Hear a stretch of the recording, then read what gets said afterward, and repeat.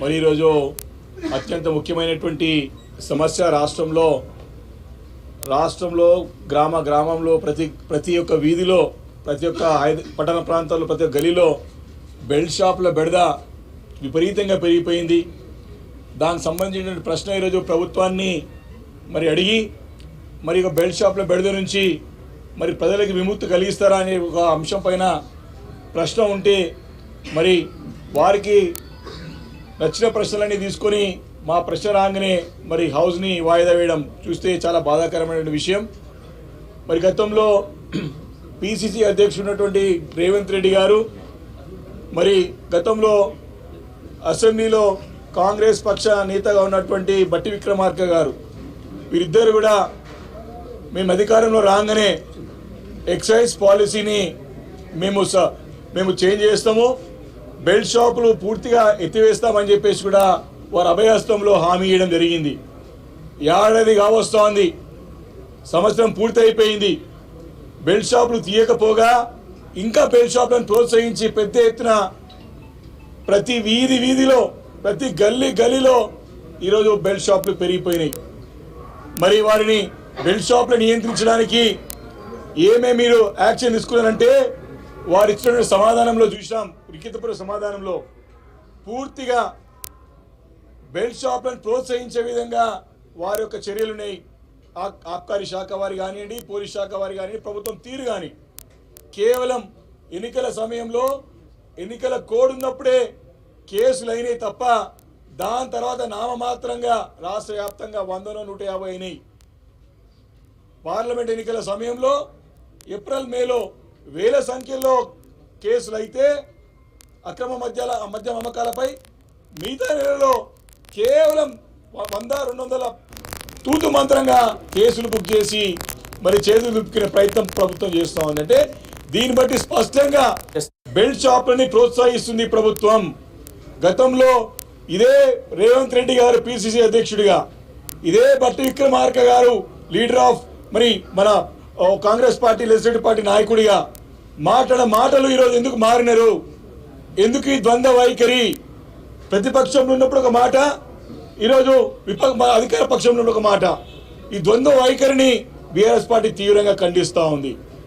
వారు పదే బెల్ట్ షాపులు లేకుండా చేస్తాము, ధరలు కూడా పెంచామని చెప్పేసి కూడా మరి ముఖ్యమంత్రి గారు గతంలో పిసిసి అధ్యక్షుడు హోదాలో మాట్లాడిన మాటలు ఎప్పుడు ఈ బెడద తీరుతుందని చెప్పేసి బట్టి విక్రమార్క ఇద్దరు మాట్లాడినారు.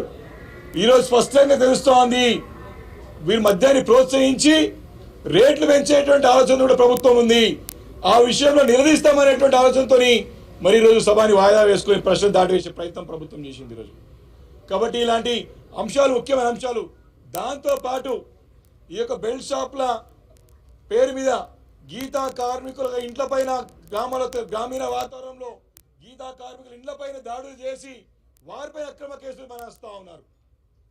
మరి గతంలో బీఆర్ఎస్ ప్రభుత్వం ఉన్నప్పుడు మరి హైదరాబాద్ నగరంలో మూసివేసినటువంటి ఈ యొక్క గీతా పారిశ్రామిక సహకార సంఘాలు ఇక్కడ కళ్ళు దుకాణాలని ఓపెన్ చేసింది కేసీఆర్ గారి నాయకత్వంలో.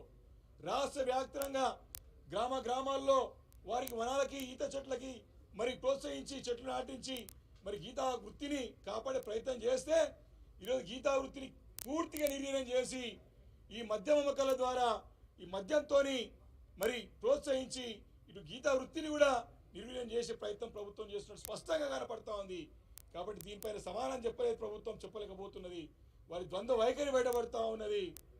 దానికి తోడు డ్రగ్స్ కూడా విపరీతంగా డ్రగ్స్ ఎక్కడ పోయినా ఈరోజు గ్రామీణ వాతావరణంలో డ్రగ్స్, ప్రతి దగ్గర డ్రగ్స్, చిన్న పాండపలో కూడా కిల్లి కొట్టు దుకాణంలో కూడా డ్రగ్స్ లభ్యమవుతా ఉన్నాయి. ముఖ్యమంత్రి గారు పెద్ద మాటలు మాట్లాడడం మొదటి సమావేశంలో ఊదరగొట్టి ఉపన్యాసాలు ఇచ్చినాడు. కక్షపూరితంగా మా పార్టీ నాయకుల బంధువుల ఇంట్లో దాడి చేసే ప్రయత్నం చేసి ఇరికిచ్చే ప్రయత్నం చేశాడు. మా పార్టీకి సంబంధించినటువంటి ఎమ్మెల్యేల కార్లు ఆపి వెతికి వారిని కూడా ఇరికిచ్చే ప్రయత్నం చేశాడు. అయ్యా నిద్ర లేవు, ఇప్పటికైనా సంవత్సరం అయింది, నువ్వు మాటలు గాలికి పోయినాయి. ప్రతి దగ్గర డ్రగ్స్ విపరీతంగా జరుగుతూ ఉన్నాయి. డ్రగ్ నియంత్రణలో పూర్తిగా విఫలమైంది ప్రభుత్వం. కాబట్టి ఇలాంటి అంశాలను కూడా ప్రశ్న అడుగుతామని ప్రభుత్వంని టీఆర్ఎస్ పార్టీ గొంతులొక్కే ప్రయత్నం చేస్తా ఉంది ఈరోజు ప్రభుత్వం అని చెప్పి సందర్భంగా మనవి చేసుకుంటూ ఈ యొక్క ప్రభుత్వం ఒక వైఖరిని తప్పకుండా తీవ్రంగా బీఆర్ఎస్ పార్టీ ఎండగడుతుంది. ఇక బెల్ట్ షాప్ల బెడదని గతంలో మీరు ఇచ్చినటువంటి హామీ ప్రకారమే లిఖితపూర్వక ఇచ్చిన హామీ ఉన్నది, మీరు ఇచ్చిన ఉపన్యాసాలు ఉన్నాయి. తప్పకుండా ఈ బెల్ట్ షాపులు నియంత్రించడానికి బీఆర్ఎస్ పార్టీ తరఫున పోరాటం చేస్తాం. అదేవిధంగా గీతా కార్మికుల వృత్తిని కూడా కాపాడటానికి కూడా బీఆర్ఎస్ పార్టీ అండగా ఉంటుంది. దానికి తోడు వీరు కూడా మద్యం దుకాణాలు కూడా లైసెన్స్లో కూడా మరి గీతా వృత్తిపైన ఆధారపడే వారు కూడా మేము రిజర్వేషన్ ఇస్తామని చెప్పి కూడా వారి యొక్క మేనిఫెస్టోలో పెట్టినారు.